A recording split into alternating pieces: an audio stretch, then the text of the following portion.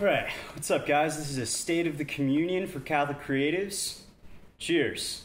Cheers. So here's the deal. You got your wine over there, man. All right. Just Clink. all right. So we've seen a lot of growth in the last several months. The group has come a long way since December. We had no idea that it was going to get to this point, and it's just been really exciting. What we've also seen is a lot of conversations that have been bringing up big questions about the church and the way that the church is approaching beauty. However, we want to be having these conversations from a specific set of starting points. I feel like in order for our discussions to be productive, we all have to be on the same page about a few things. So here are the core principles that we feel like we really need to be embracing. Number one, a couple weeks ago, we put out a general announcement basically stating that we wanted to really focus our mission on serving people who were really pursuing their art, their creative thing in a professional way. The reason that we put that out was because we as a group value art, and we believe that the church needs to value art. And when we say value, we're not just paying lip service to that. We mean with money. We think that if you are going to be able to pursue a craft to a level of excellence that is outstanding, you need to be able to be paid for it in order to pursue that with your time wholeheartedly. So what we believe with this group, and this is a starting point, a core principle for ourselves, is that the church needs desperately to value with money, to pay professionals to do art for it, to present herself with more beautiful and more creative effort. Okay, cool. So the second core principle that we want to be embracing here is that design and art is not just a veneer, right? Like, it is not just a thing that should be slapped onto stuff to make it look pretty.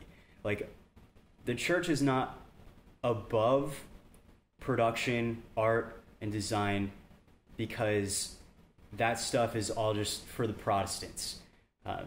That, like, the church is above it because we have liturgy. No, like, art, design, film, like, these things are about expressing the soul, expressing the heart, communicating to people the truth in a way that is embodied.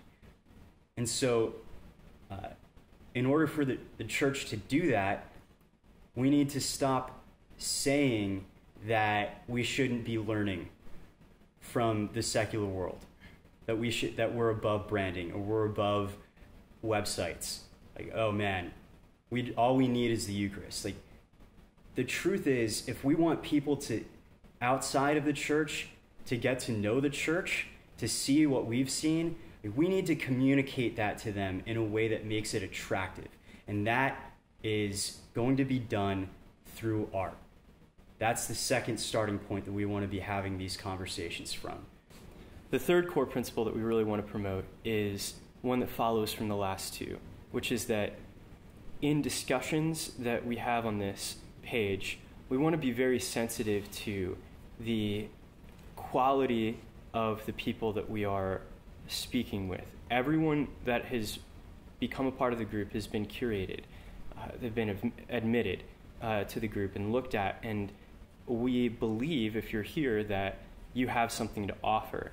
We want to pay particular reverence to the people who have been very successful in pursuing their field.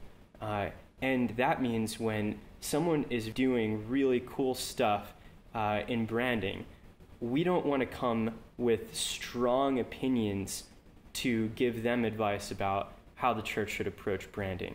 We want to listen to them, approach them with curiosity and respect. Even if we disagree with them on what they have to say, there needs to be reverence paid to that, because that takes an incredible amount of work to achieve. The same thing is true for those who are in sacred music, or experts in dance, or experts in iconography.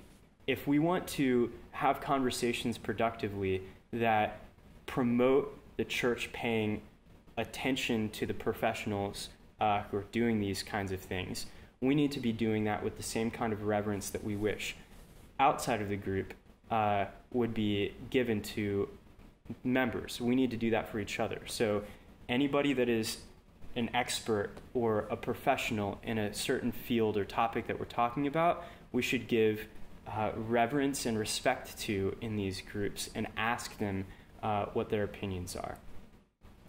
So those are the three principles that we want these discussions to be starting from. We believe that if they do start from those places, we're going to have a much more creative, much more encouraging, much more hopeful and exciting conversation.